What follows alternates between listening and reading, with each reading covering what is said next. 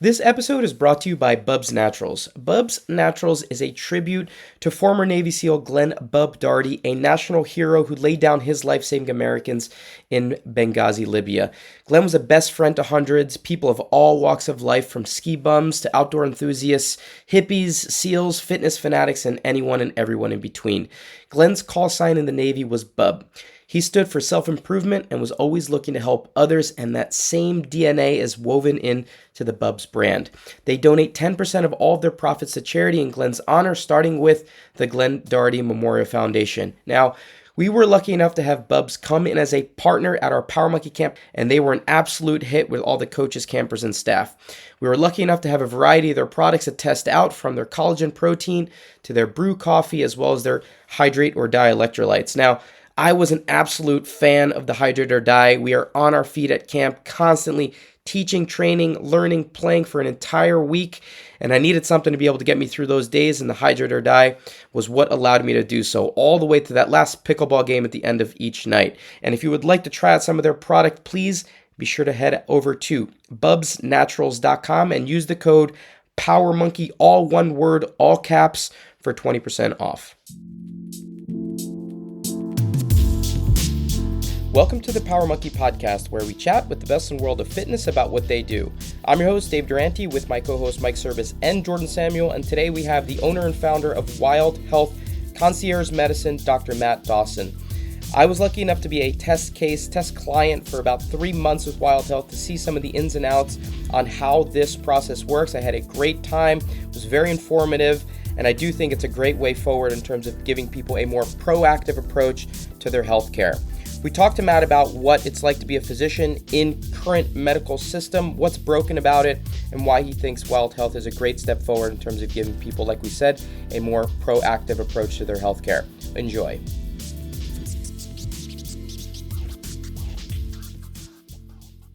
Well, Dr. Dawson, thank you so much for taking the time to be with us today. How are you doing? Great. Glad to be here. Absolutely. It's good to meet you. So, not sure how familiar you are with our community, Power Monkey being kind of educational resource within the CrossFit and functional fitness space. We'd like to get some of our community to get to know you as well. Can you give us a little bit of background in terms of your medical expertise? And then we'll get into a little bit of the Wild Health stuff and how that all came about. Can you just tell us a little bit how you got into the medical world? Sure. I mean, growing up, I was always pretty obsessed with performance optimization. As someone who doesn't have the talent probably of you guys, I had to do more with less. And so I played every sport growing up. I played a couple sports in college, but it was about my ability to get more out of my body. So from a young age, I've been really trying to use every advantage I can get. That led me to really being obsessed with the human body, going to medical school. Initially, I was in traditional medicine. That was not about performance optimization and the things that I was really excited about. And that's kind of what led me to leaving and forming Wild Health and getting into precision and personalized medicine. Now, this is something that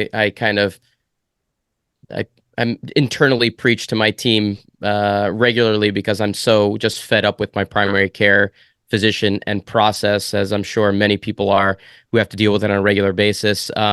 But I want to get to that in a second, but you mentioned kind of briefly, and you kind of just talked over it, but you were a two-sport athlete in college. Like, what was that all about? That's such a rarity. What sports did you play, and how far did you go with it? Well, what's funny is it was my two least favorite sports. They were the only ones I got scholarship offers in. So I played soccer and tennis. I played everything else growing up and in high school. But at 5'10", no real speed, no real jumping ability, nothing. Like I'm not gonna play football or basketball or the things I loved in college. So I went with what I could play, because I wasn't done competing and playing. And I played those for a couple years. I glossed over it because I realized I'm not going to play those professionally, but I am going to have a professional career in medicine and kind of health. So I just played for a couple years and decided, let me focus on what I'm going to do long term. You still follow those sports at all? A little bit. My 12-year-old, she's a goalkeeper. And I was a goalkeeper. I didn't even understand the rules of soccer. I just need to keep the ball out of the net. So I coach her some.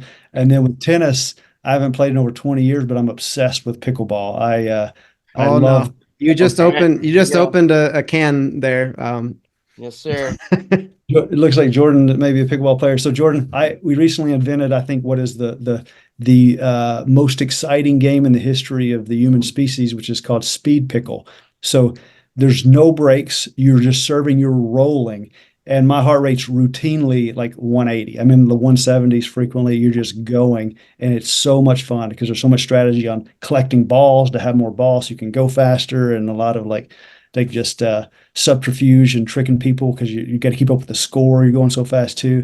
That sounds Super. incredible. I mean, the name in and of itself is amazing. Like that right there is enough for me. But A yeah, lot of your branding heart rate you opportunities. mentioned, like when we play, so we play at Power Monkey Camp often, and what I noticed is I have a Whoop strap. I'm sure you're familiar with those, but my highest heart rate always occurs when we play pickleball, not when we're doing like Metcons and all these other things. It's when I'm playing pickleball. So maybe we're You're inadvertently playing a nervous. version of speed pickleball without, It's because realizing. you're nervous. You're mentally stressed, Jordan, because you're so worried about losing. I don't care if I win or lose. No, I love this. Like we've become obsessed with pickleballs. I'm gonna get off my chair because we had these specially made pickleball paddles that we made for camp, and they're all sitting right next to me here. And I'm like obsessed with it. Unfortunately, I don't have anyone to play with out here in Oregon, but it's become an absolute obsession for us as well.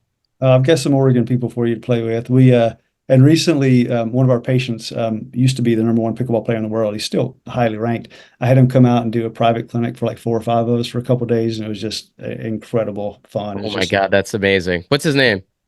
well, so because of HIPAA stuff, like Oh, you legal, can't mention his name. No problem. No that's problem. why they just kind of skirt Can we get around. him to come to camp though? That's what I'm That's saying. We got to do a pickleball seminar at camp. That would be amazing. He's a lot closer to you than he is me geographically. So yeah, you should do that. Yeah, we'll Where are hook up. you based out of? I'm in Kentucky. Our team is Okay. all over the US. My co-founder's in Oregon, actually, and Okay. some doctors in every state, but I'm in Kentucky. Well, I was going to say because we host our Power Monkey Camp in Tennessee, so we're actually not that far away from you. That's where we have our headquarters for our camp. It's in Crossville, right between Nashville and Knoxville. So maybe we can get you out there. We've had Julie Fouché, who's one of your doctors, out with us many times over the years, and it's actually she's the first one that let us know about Wild Health and all the great things you guys are doing. So we have a little bit of a connection there. I played pickleball with Julie. She's a better CrossFitter. We'll just say that. She's not listening. It was very polite of you, very polite.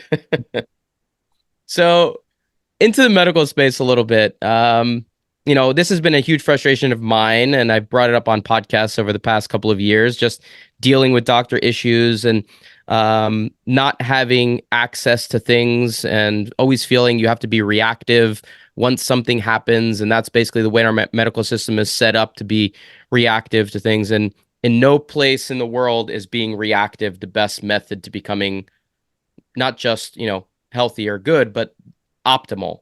And so I think, and you can kind of dive a little more deeply into this, but the intention of concierge medicine is to be a little bit more proactive and to figure out what an individual's needs are and cater more to the individual than to the masses. But can you give us some insight into what you found to maybe be stressful or not optimal from medical 2.0 or medicine as it is today, and why you decided to embark on this new journey with Wild Health? Yeah, we could talk for an hour about why traditional medicine doesn't work, but I'll just say it doesn't work, and we'll kind of Mhm. move on from there because I think most people agree, at least Sure. for what we want to do, which is optimize. It's sick care, it's not health care. If you're not sick, they kind of shoo you away. That's not what we do. Like our goal is to prevent and then optimize as well, and those things are pretty much the same. If you really optimize someone now, then you're going a long way in preventing the bad things. So what we do, the approach that we take to be able to do that is an extremely data-driven approach. So every patient we see, we sequence their DNA. We look at about 700,000 unique genes. That's your human operating system. To take care of you without knowing that, I think is crazy. But that's only about 20% of your health outcome. The other 80% is what you do, epigenetics, how you exercise, what you eat, how you sleep, your stress levels, what you're exposed to. So we also do a really deep dive into how you're expressing those genes through epigenetics, looking at DNA methylation testing, about 1 million CPG sites. We do an incredibly deep dive into your blood work, all the things that make you feel and perform a certain way, your vitamins, minerals, nutrients, hormones, all of that. Ask you a lot of questions, phenotypic questions, things that we can't measure with the blood test and the saliva and stool tests and all of that.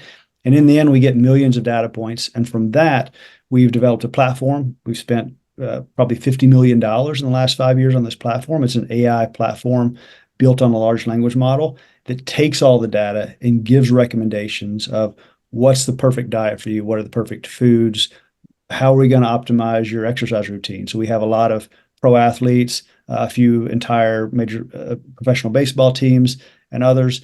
And for those, we'll even dive into like your recovery, how you may need to be training and changing the sets that you do. Just to give you an example for myself, when I first sequenced my DNA, I was doing Ironman racing, and I kept getting these tendon and ligament injuries, these overuse injuries. And I noticed a couple things immediately. I had a collagen 5A1 SNP that meant I need more collagen protein. And I had an ACTN SNP that meant I needed more recovery. And so to do the standard out of the box diet and training of an Ironman athlete did not work for me. And I made those two adjustments, a lot more collagen protein and more recovery and less volume, which would not be the traditional thinking with Ironman racing. And I started performing so much better. So that's just one little example of really personalizing exercise programs. And then we could talk about examples in every other area of your life as well. Genomics are just critically important to have that info. You mentioned the 80-20%, 20% being genetics and 80% being epigenetics, basically how you express those and how you do it. I think that's fairly encouraging to people in a sense that you have control over majority of what the outcome is. I think sometimes, and again, you've dealt with so many patients in this space already, but for a lot of people, especially people that maybe aren't into fitness and optimizing their health, a lot of this information can be overwhelming to the point of it being almost a negative, right? I didn't know that this was an issue. Now I have to be worried about something that, maybe is a gene that will never be expressed, but now I have to be worried about it. How do you manage, overanalyzing something and trying to cut to the core of really what's important for someone to know? Yeah, information is power, but mindset is critical. So how you talk about it. So like talking about it as a risk that I have to worry about, that's totally a road that someone could take, but not the correct one. I'll give you an example. One of the first patients we saw was my mother. I was worried that she may be at risk, increased risk for dementia because my grandmother had just suffered through that. So looked at her genes. Sure enough, she had an ApoE4 gene, which made her 2 to 3 times increased risk for dementia. She had one?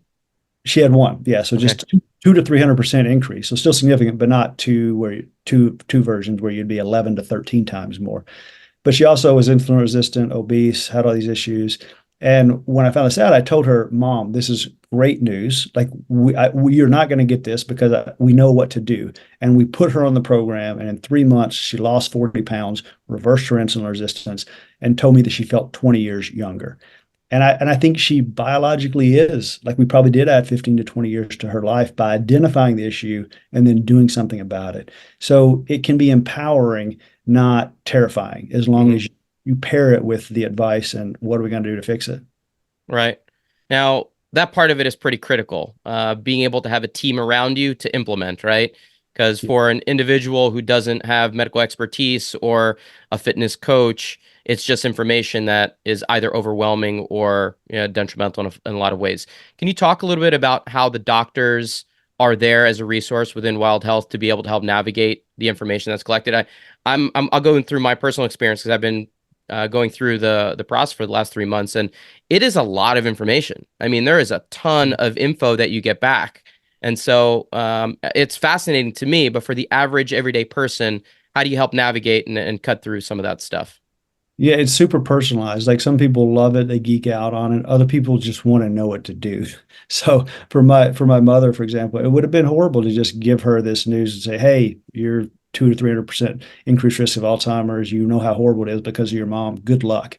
That's not what we do. I gave her a book to read to educate herself, but then also just told her exactly what to do. So with our care teams, everyone that goes to the program, you don't get a report. You get the report and you get a doctor, a health coach, there's a care coordinator as well to really guide you through the process. And we try to make it really simple. At the end of the first visit, we're trying to identify what are the 3 main things, the biggest levers to focus on based on your goals and what we found with the data. And from that, we develop a plan and then come up with the objective marker, like what's going to be the most important thing for us to look at and test in 3 months. Is it going to be something with your wearables? Are we going to trying to increase your HRV, something global like that? Are we trying to reduce your A1C and improve your insulin resistance? What it is, we try to break it down, have specific goals, and then also make those objective and measurable. And we retest every quarter or so usually. Yeah, to me, this is kind of a new frontier in terms of where medicine can be going in the United States specifically, because our model is, the way that it is and it needs help. But I'm curious from your perspective, how happy you are with where Wild Health is right now in terms of how it's servicing customers and what you envision for like a 2.0 of what Wild Health can look like maybe 5 to 10 years from now. Yeah. So I personally, so we published a white paper about a year ago, and our outcomes are a magnitude of order better than anyone else out there. So I'm very happy with where we are. That's what it's about, is getting outcomes. So I'm very happy. However, I'm extremely excited about where it's going. And you mentioned 5 years. Where we are right now in this moment with artificial intelligence, I won't even try to think 5 years. Even a year is kind of mind-boggling. So, but I'll tell you, even the next couple months, something. So for the last year, what we've been working on is we've taken all the IP and everything that we do, and we've built it on a large language model. So just like Chat GPT. So if you go to Chat GPT right now and you say, give me a 7-day meal plan, it'll spit out something pretty interesting. And then you could say, make it ketogenic or make it vegan or make it Mediterranean, whatever you want to do. And you could even give it calories and it'll get pretty good, pretty good. What we've done is we've taken and made a digital twin. And so we have an app now. I use this every day. It's not, we haven't released it yet, but it's probably in the next 30 days. It's pretty soon. We have an app where I have a digital twin of me and I can interact with it, and I can ask it, give me a 7-day meal plan, and it'll give it to me based on my genomics, my DNA, my blood work, all of that information, the epigenetics. I was sick recently, and I remember I went to the gym, picked up some dumbbells, and then just set them down. I couldn't do it. I sit there a minute, pick them back up. I wanted to work out so bad, I was just too sick. And so I got on the app then, and I was like, I'm not feeling great. Give me a workout plan for the next couple of days. It knew my HRV from the last few nights. It knew my HRV was in the toilet. My heart rate was up. My temperature was up. And it gave me a custom plan for the next few days so that I didn't go crazy, but also didn't stress my system and could recover. So interacting with it and even asking it questions like, hey, how can I reduce my risk of getting dementia? What are the top 5 ways? Well, it's going to know my blood work and my DNA and all of that to be able to answer those questions. So the reason I'm excited about that is because, one, obviously, like having a doctor in your pocket or a health coach in your pocket that knows everything about you down to the level of the DNA is exciting. But I'm also excited about it because of democratizing precision medicine. So right now, our service, when you come into it, it's not cheap. To have quarterly visits with an amazing doctor, unlimited health coach, all the testing, it's not inexpensive. I grew up in poverty, and where I came from, no one could afford this. With the app, we are going to be able to afford it because you don't have to pay for the expensive doctor and the health coach. So we're going to be, to our patients, rolling this out in the near future, and then probably to anyone in a few months, just putting it out there. And that's what I'm really excited about. I think that's going to get, especially if you've worked with the new models, the newest ChatGPT model, like they're getting incredible. So to arm that with all of your data, my mind starts spinning thinking about how much better than traditional medicine it could be. Yeah, I mean, you answered some of my later questions there in terms of price points and accessibility, right? Like healthcare being accessible to people is always such a critical component to being, it being used for the masses as opposed to just, the people who have extra dollars in their pocket, especially since this really isn't covered by insurance. It's kind of a separate medical piece, but that sounds fascinating. And I have a couple of questions here, but just staying on the AI side of things, it sounds like you're almost writing the actual doctors and our jobs out of the equations, the fitness trainers and the people that normally work. You're writing yourself out of the equation a little bit there. Do you see a future where the AI can supersede what a doctor can do, or do you still think the personal touch and the interaction between a human and a trainer in the gym or seeing a doctor one-on-one is still a critical component for health, or is this just a step to make it more accessible? So it definitely makes it more accessible. I think there's always going to be a role for you and I and people like doctors and trainers, but our role is going to switch to be doing what humans do best. So it's not crunching data. It's not giving precision recommendations after taking millions of data points into consideration. It's going to be about motivation and empathy and compassion and creativity and all of those things. So I don't think the best medicine is not going to be either AI or a physician. Just like with chess, it took forever, a long time before AI could beat a human. But the actual best chess player in the world are these centaurs, the combination of AI and human. So it's not which is going to be better. It's combining the two and letting the machine do what it does best and letting the human do what it does best. So I think there's always going to be a role for us. It's going to expand how many people we can see as trainers and physicians. It's going to expand accessibility, and it's just going to make us be able to do more of what we should be doing. Mike, I saw you shaking your head there in terms of when Mike hears empathy, he perks up a little bit over there. Mike, do you envision that as a future that Yeah. is bright? Yeah, I'm always intrigued by AI, but then the conversations that usually come from it, where people are either so excited that they don't even imagine how to fuse the two together, like you said, like this kind of centaur like together, human and AI, or people are so afraid of it that they think it's just going to replace every personal interaction that there is. I mean, everybody remembers what it was like throughout the pandemic. Everything's going to go digital now. Nobody's going to want to go back to the gym. Nobody's going to want to see people. And I've always felt and feel even more so now that empathy factor and the interpersonal human skills, like you just said it very well, like we get to do what we do well. And so many times, especially as life seems to get more complicated and we have more roles to fulfill, we're doing the things that we're not actually built to do, like you said, crunching numbers and trying to solve all these problems that a computer can probably do way better, and then we can deliver it in the fashion that fits with the right people across the room from us. Yeah, and Mike, just to so an interesting thing, Dave, you asked a question about is it going to be better than a doctor? So it they've done tests where they measure two different things. One, how good is it at answering medical questions, making diagnosis? It always kills the doctor. It's much better. Recently, a study came out looking at actually blinded. Is it more empathetic and compassionate? When there's not an actual person there, it's just like messages where you don't know. And the interesting thing is the AI actually performed better, but that's in a very artificial setting where you're just sending messages. Sure. There's a completely different thing that goes on when like people are interacting like we're doing now or in person. And to your point about it, letting us do what we do better, I'm headed to Barcelona tomorrow with my wife and two oldest daughters. And I could have spent today an incredible amount of time working on an itinerary and like doing a lot of planning, but instead I let ChatGPT and a custom GPT that I've made do all that for me. And now I can spend all that time with my family, with my girls, and not in front of a computer planning it. So it's just enabling us to spend more of the quality time together and interact as well. I love it. So we're on the fitness side of things. You're on the medical side of things. And Mike and I travel around the world teaching courses at a bunch of different gyms and facilities all over the place. And one that I've brought up quite a few times on podcasts and through other people that we've been discussing this type of thing with really hit home. We were there maybe last year, Mike, when we were in Indianapolis area. And we went to this gym. I think it was CrossFit Hancock. But the facility itself was in the town, I believe, of Hancock. And the way that it worked was it was a medical facility. Seemed like, some physicians working in a practice, but it was combined with a fitness facility.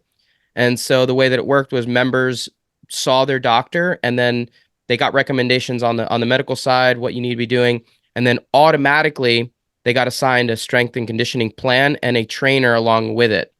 And to me, this was kind of a fascinating way to merge worlds where we're like, you need to be more active. How do we make sure that these things are aligned and not completely separated? So, and we're seeing this also in like Equinox, right? Equinox just offered, I think a $40,000 a year fitness plan where you get a lot of the blood panels and the epigenetic testing and things like that you were talking about done in-house along with their trainers. Do you envision Wild Health being able to partner or work on the fitness side with experts in that field too? Or do you envision any kind of merging of those worlds, or do you see those as being kind of separated for right now? No, there is no health without fitness. Like to talk about it in fitness or health, like that doesn't compute in my brain. Like it's such a critical part of being a human is being able to be athletic and move. So all of our health coaches actually right now, I'm thinking about 100% of our health coaches have a CrossFit background right now. It doesn't mean that's all we hire. It just is kind of what happens. When I'm thinking about our lead, you mentioned Julie Fouché. When I'm thinking about our other lead physicians, like they all do squats and snatch and do all of this stuff. So like when we have patients, we're working with them on a plan if they want to work on a plan for sure. We're talking, I think one of our questions in our questionnaire when you start still is how many burpees can you do in a minute? That kind of stuff is important and critical. And we're talking even with I have a 71-year-old patient who recently wanted to put on muscle, did not want to go to the gym. We met him where he was. I got him a Catalyst suit, this whole body EMS thing. He put on 11 pounds of muscle in five months. But like we're focused on his muscle mass at 71. Like that's critically important. It's not just about the things you normally talk to an old person about. Like that's just as important as what he eats and his other lab markers is how strong is he.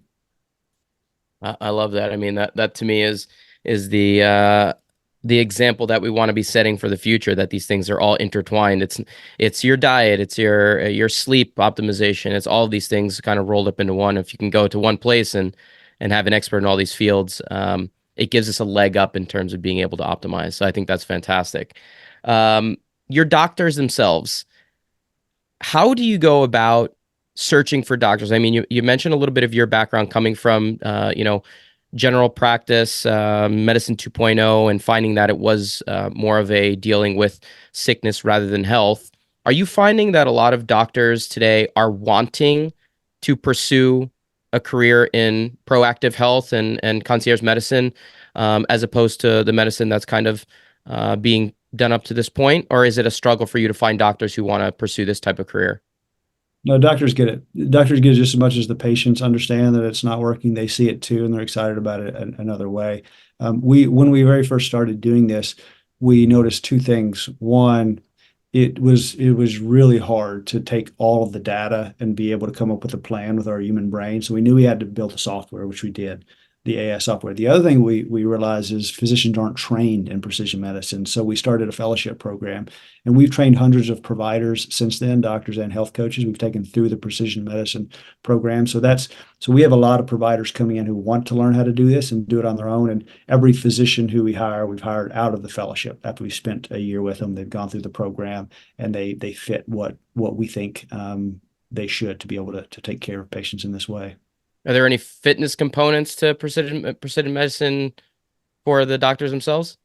Yeah, for sure. I mean, we Yeah. talk about all those things. We and our offsites, we have quarterly offsites. We get together, like we're doing CrossFit workouts in the morning and pickleball tournaments at night. We always have a double pickleball tournament. We pair the best person with the worst and kind of go down like that. And so yeah, we're a very active group for sure. Oh, If I mean, somebody, you guys are primed to come out to camp.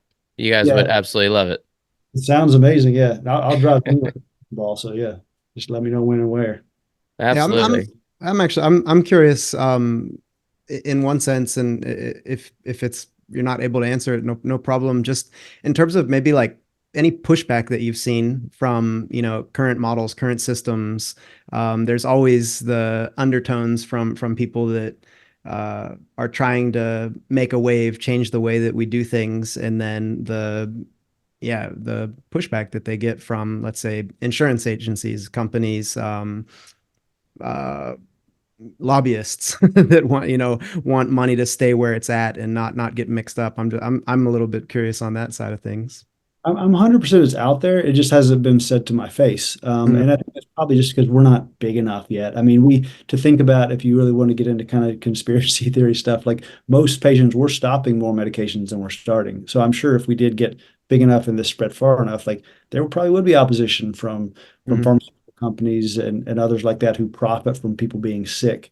But we haven't gotten it yet, or at least I haven't heard it yet. And I guess that would tie in a little bit with my other thought was the accessibility side of things for you. Have you guys thought about, or are you thinking about best ways once you have this app that comes out? How are you going to get people to know what this is? Like, what are you going to do to educate people that this is even available? Because Dave, myself, like our community, or probably like a lot of the community you involve yourself with, very invested in themselves, wanting to, maximize, optimize, but the general population is probably not even aware that something like this is in the making. Yeah, for sure. So how the accessibility part, that's really important to me. That's one of the things that I personally have pushed back on against this and had a problem with it. We've tried to solve that a few ways. Physicians, health coaches, this testing is expensive. It just is. I've tried for a couple of years to go to insurance companies and say, hey, look at these outcomes. Like, you're going to save a ton of money in the future if you just pay for this for your patients because of the outcomes. That hasn't worked because our system is broken and they don't care. And when I say that, I'm being very literal in that, like, if you talk to United Healthcare about this, the average person is on the same insurance for like 2 to 3 years. So why would they spend a lot of money to save money in 3 years, and they're going to save it for you, for your Anthem or Humana? So the system just messed up, and so no one's thinking about the long-term issues. Although we know it works, we know it's going to save. When you reverse someone's diabetes, you save about $12,000 a year for that patient. In diabetes and traditional medicine, it's reversed about 3% of the time. In our patients, 48% of our patients who come to us pre-diabetes or diabetes reverse their A1C and normalize it. Incredible cost savings, but nobody cares because no one is actually responsible for the care long term. People are bouncing around. So a bit of a soapbox and frustration. So we've had to solve this in other ways, and that's the app. That's my current solution. Hoping how we get it out to everyone. As to how we do it, yeah, we'll try to spread the word. You guys, audience, when it comes out in the next month or two, I'd love to like get it out to your audience at a massive discount or free or whatever we got to do just to get it out, because we want to get it out there. So we have a marketing team, and I'll let them figure out how to actually do that the best. But that's the goal, is to spread the word and let people realize there is another path. Yeah, it just seems like that'll be a vital thing for you to kind of accomplish this mission, is figuring out how to best get your voice out there and in as many ears as possible. And just speaking from our side of things, we've been in our field, our area within CrossFit for almost 15 years. And we're still surprised when we go somewhere and people don't know our methods. They don't know what we're doing. So it's like there's always rocks to turn over, and there's always, ears to yell into and things like that. So more like a cheerleader for you. Like, make sure once you get all this out there, you're talking until you're tired of hearing yourself talk about it. I appreciate it. Yeah, I get tired of hearing myself talk pretty quick, so I'll push through it. I wanted to bring up a little bit of my personal experience and get your take on it. And you've answered a little bit of this, but just for the everyday listener out there that's curious about Wild Health and the process, and a lot of, I think, the answers come back to what you're saying about the app. But the experience as it is right now, there's kind of a 3-tiered offering.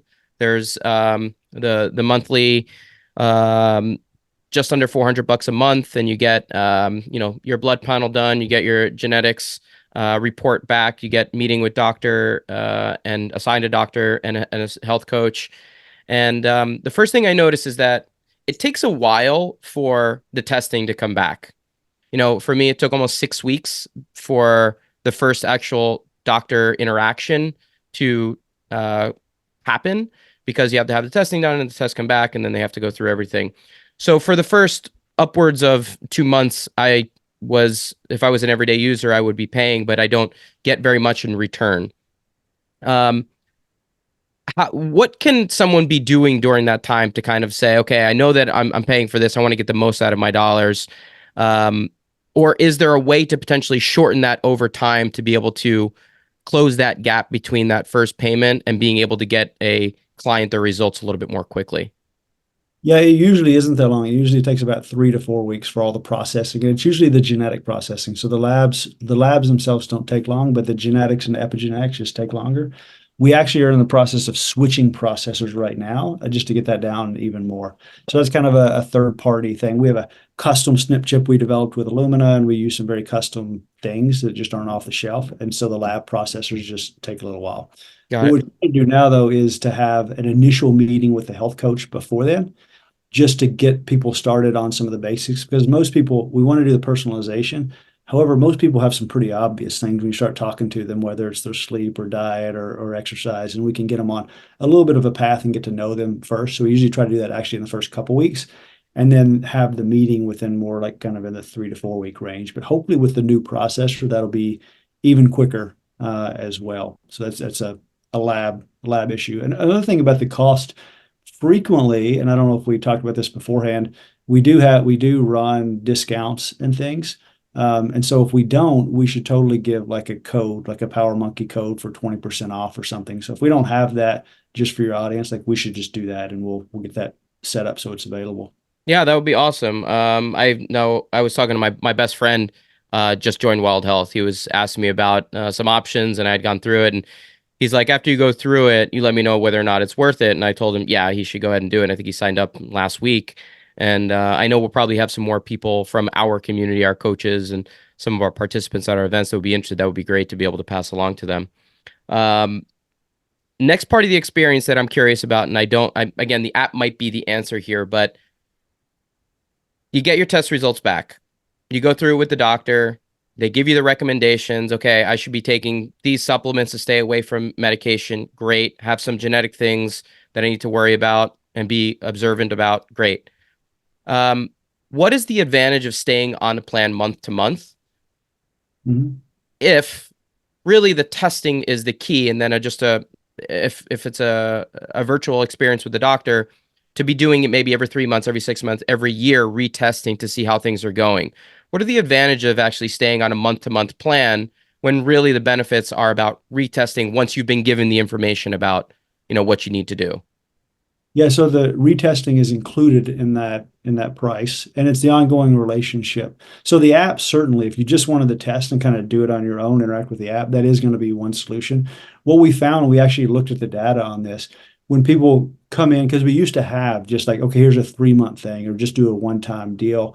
In the shorter things, we saw clear, much bigger improvements in people's labs and their optimization the longer they stay. So we made it a year annual thing now because of that. So we do the retesting is included every few months. There's 4 physician visits. There's unlimited health coaching. So there are probably some people who are motivated enough and know enough about their health that just a one-time test, they get that information. And that is the bulk of the value probably initially, getting all that information.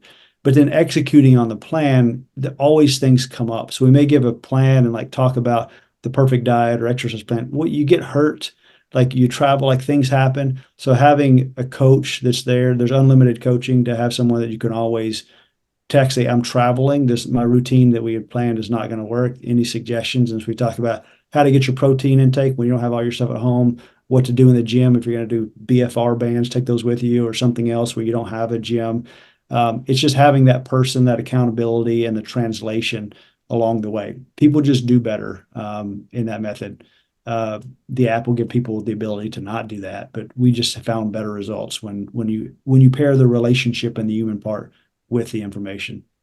Yeah, that totally makes sense. And I'm curious, the people who are coming to you, would you say that a high percentage of them are into fitness and looking to optimize, or more the client like your mom who, has some potential things that are going to lead to dementia and some other long-term, potentially very dangerous outcomes, and they're looking for real guide on a daily, weekly basis? Yeah, it's people that are into fitness and are already optimized. I mean, we do have people that come in, they've got some issue or something, and they realize how important their health is, but it's usually people who already understand that, who are coming to us, and we're trying to get the last 5 to 10% for them, like the pro athletes and the others. And it's people who, like, the cost is not cheap, but it's people who are spending that much on protein powders and supplements Right. already in any way. So it's people who understand that the investment in their health, it's something to invest in. Now, is there a hope one day that there can be a merging of a primary care component to this as well? Like, because, emergency care is always going to be needed, right? You're always going to need something in case something happens, drastically. Is there a hope to be able to combine those into one full service, or is that just too daunting of a thing to even think about? So we don't advertise and say that we're primary care. We're precision medicine. However, a lot of our patients, especially kind of in their 40s and younger, don't have a primary care doctor, and we basically serve that function. And meaning, so like if you need a colonoscopy, you need something in person, like we have a referral system around the U.S. and we just quarterback that and send you somewhere. So we don't advertise that, but a lot of people use us as that. For people who do have primary care doctors, we just work closely with them. We'll share information and things. As far as kind of the emergency point, yeah, if you get acutely injured or sick, frequently people will call and just schedule an appointment and talk to us, and we say, yeah, we can take care of that. Don't worry about it. Or we kind of triage it and say, go in. So while we don't say we do primary care, a lot of people use us that way, and we don't like turn people away saying you have to have a primary care doctor to work with us. We're happy to do as much as we can for someone. This is awesome. This makes me very excited for the future of medicine. Dr. Dawson, I appreciate you taking on such a heavy lift for the benefit of so many. And I know that there's definitely some roadblocks along the way that are going to continue for you, but just know that like Power Mug community is on board with this wholeheartedly, and we believe in what you're doing, and we just want to be there as a resource to help spread the message for you. Thanks, I appreciate it. You got it. Well, before we get you out of here today, we normally ask some quick questions for our guests, and you being from a sport background, you can probably at least give us your opinion on question one, if that's cool. Don't let me down, Doc. Don't let me down. Yeah. What sport or discipline do you prefer, weightlifting or gymnastics? Oh, wow. So I'll tell you what I wish I was good at is the gymnastics. I tried a couple. Now I'm blanking on what it. So I lift and I do CrossFit stuff. And there was I'm blanking on the guy. He's a famous guy who has a specific kind of gymnastics routine for beginners. And I went through that years ago thinking this is so important for me to do this and just develop this agility. No, I bet you it was a gymnastics body. It was Chris Sommer. I think it was. I heard him on the Tim Ferriss podcast. Yeah, that's Yeah, yeah. I totally started trying to get into Chris, that things. And so if I was advising someone, I would tell them to do gymnastics, but I weightlift and don't do that, so it's kind of hypocritical. Fair enough, Mike. I'll take the win. I'll give you that point. I'll give you that point. Question two. If you could have anyone recommended to be on the podcast, maybe a friend, a colleague, someone you've come across recently that would be a good interview, anyone you think would be good for us to have on? I'll tell you the company, and there's someone there you could interview. So one of the things I said we do testing on is epigenetics. So the thing I'm most excited about in the future of medicine is epigenetics, because what we're finding is that right now most people know of it around biologic age, these biologic age tests and these rate of aging tests. That's not the exciting thing. Looking at how you express a million different sites, we're finding that you can impute an incredible amount of things from that are really helpful. Not just rate of aging, but the rate of aging test is very sensitive to intervention, meaning you can do a rate of aging test, do an intervention, do IV stem cells, or just change your diet or something, and then remeasure that. That's the most exciting thing in medicine to me. So one of their co-founders is named Hannah Wendt, and she would be incredible to talk about that, kind of the future of diagnostic testing. Awesome. I kind of geek out on a lot of that science stuff. That sounds awesome. I'd love to dive a little deeper into that. Last one, if you are, yeah. Answer B to that. If there's an individual, the individual would be a hero of mine named Jim Detmer, who wrote the book, The 15 Commitments of Conscious Leadership. So he's the best interview that I've heard in a long time. But sorry, I had to throw that out there. Perfect. I'm obsessed with his writing and everything that he does. Jordan's taking notes on it. We'll be able to reach out afterwards. So thank you for those. Last one, if you are a book reader, is there a book that you're reading now or one you've read recently that you pass along? If not, a movie or a TV show that you've watched that's worth checking out? Yeah, so I just mentioned the 15 Commandments of Conscious Leadership. Jim, that's the only book I think I've read 3 times. I'm always reading several books at a time. I'm pulling up my audio right now because I was just reading one this morning. I'm about halfway through, called The Second Mountain by David Brooks, and I've been very impressed with it. It's really about kind of this first mountain we climb. It's a very kind of ego-based, who are we in the world accomplishing and all this. And the second one is all about giving ourselves away and really doing something meaningful for others. And it may just be a good time in my life that I'm reading this, but I'm finding it to be a really great book right now. Awesome. That sounds like it's up all of our alleys. I'm sure Mike is going to want to read that one too. And Uh, the book that I do gift the most, I've got about a dozen copies of these in my car all the time, is Awareness by Anthony DeMello. So that would be, okay. well, sorry, I gave you three instead of No, one. it's great. These are all ones that we haven't had on the list before, so worth checking out for us. So thank you for those. Dr. Dawson, where can people find you? Where can they find Wild Health and all the great things you have going on? Just wildhealth.com. I'm sure we have social medias and things, but I'm an old man and really bad at remembering what those are. But wildhealth.com, I think the social media stuff is probably just at Wild Health, but that could totally be wrong.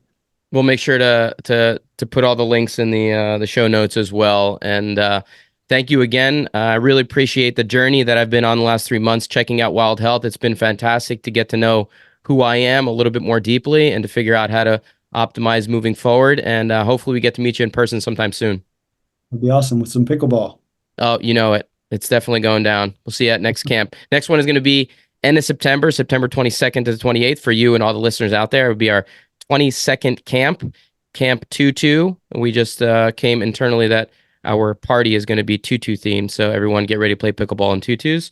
And for all the other listeners out there, please be sure to head over to powermonkeyfitness.com for services and upcoming events. We thank you all for listening.